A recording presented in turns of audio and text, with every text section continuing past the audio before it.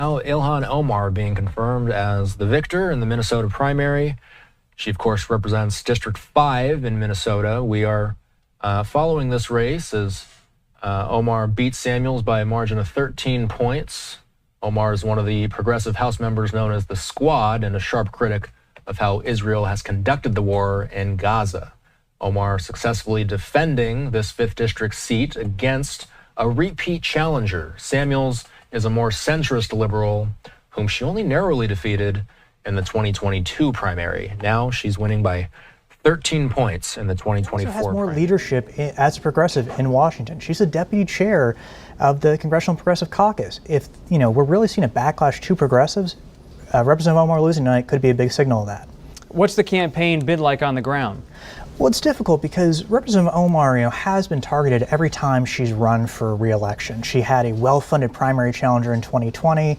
She easily overcame him. In 2022, there wasn't that much thought that Don Samuels could actually beat Representative Omar in a primary, and then he came within a little under 2,500 votes of beating her, and that was shocking to politicals in Minnesota and others because obviously Representative Omar had his national name recognition and didn't seem like that big of a target. So seeing Samuels try and challenge her again, it's unclear. Is this going to be? Was that a one-time thing that she was going to struggle in a re-election primary race, or is this here to stay that she's going to have some challenges? Sanders headlined a rally for Congresswoman Ilhan Omar at her alma mater, Edison High School, looking to help her win a 4th trip to Washington. She is tough, and you should be enormously proud of having her as your congresswoman.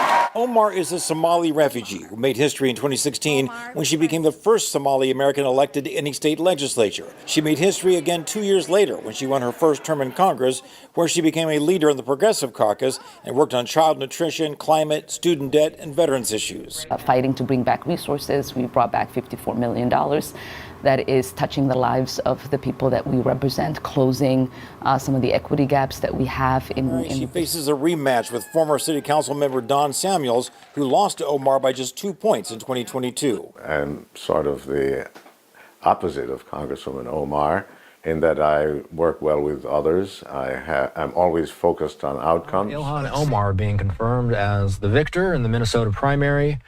She, of course, represents District 5 in Minnesota. We are following this race as Omar beat Samuels by a margin of 13 points.